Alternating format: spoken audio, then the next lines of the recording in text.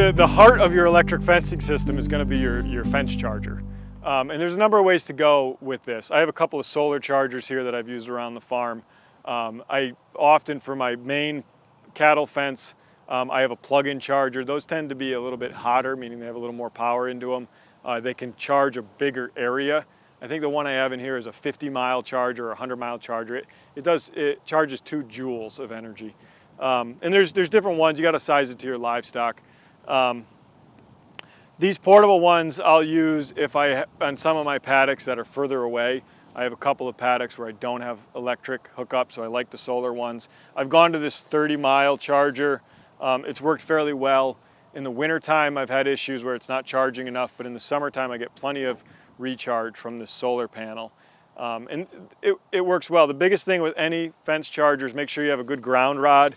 So you want your ground rod to go into the ground. If you have dry ground, you're going to maybe need 2 ground rods.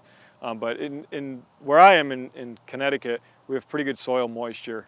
And so 1 ground rod usually does pretty well. I put it into about that depth. You may want to go deeper if it's permanent so you don't hit it with a lawnmower. Make sure you're not putting it into anywhere where there's buried electrical wires for obvious reasons. And then what you're going to do is you're going to hook your ground, which is, in this case, it's the black insulator there. I'm going to hook a wire into there. And then I'm going to have a hot wire coming out, which would then just wrap around my fence.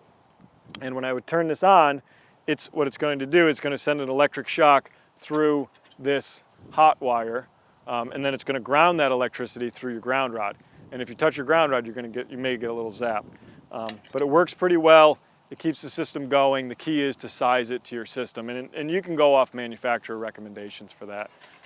But these work really well if you're looking for solar, and plug-in works just as well. So charger's important.